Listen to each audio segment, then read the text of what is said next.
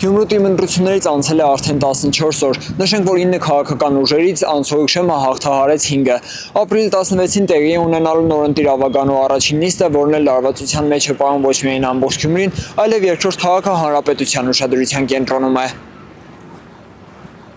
Եթե նախորդ լուսաբանման ընթացքում հարցնում էինք ինչ ակնկալիքով են գյումրեցիները մասնակցում այս ընտրությանը, հիմա հարցնում ենք արդյոք գոհացնող էին ընտրության արդյունքները։ Ինչու՞։ Սպասենք, լավ բանի։ Ջան, ավելի լավ է չխոսամ։ Չէ, երևի կասկածել է, ավելի շատ կասկածել է, քան գոհացնող էլի։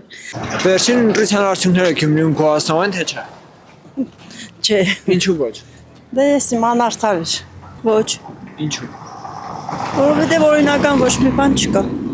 Հա, ինձ գոհացնում են, ինձ պետք էր, որ անցնի օպոզիցիոն տեխնացու։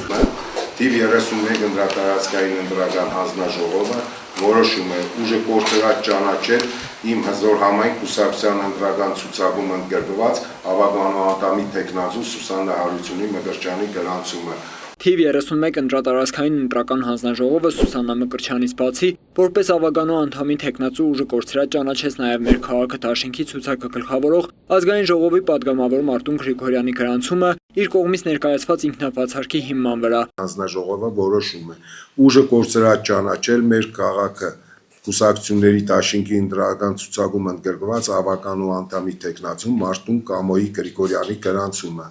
Ով է կողմ դեմ միաձայն սույն որոշումը ուժի մեջ է մտնում նիստում հրապարակելու պահից։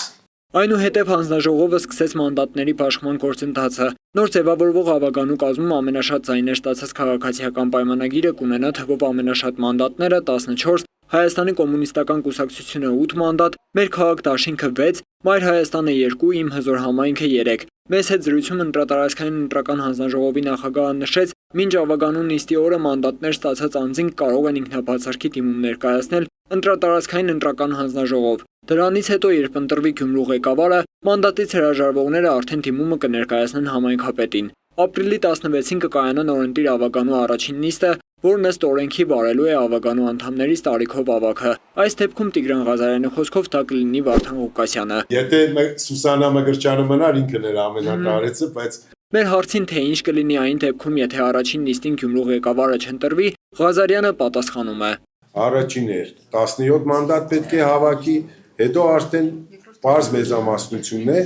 բայց ոչ պակաս, քան 40%-ը։ Քննարկվող տարբերակները բավականին շատ են նաև գյումրեցիների կողմից, իսկ իրական պատկերը պարզ կլինի ապրիլի 16-ին։ Հրաչ Սահակյան, Խան Հովհաննիսյան, Հայկ Գաբրիելյան, այսօր։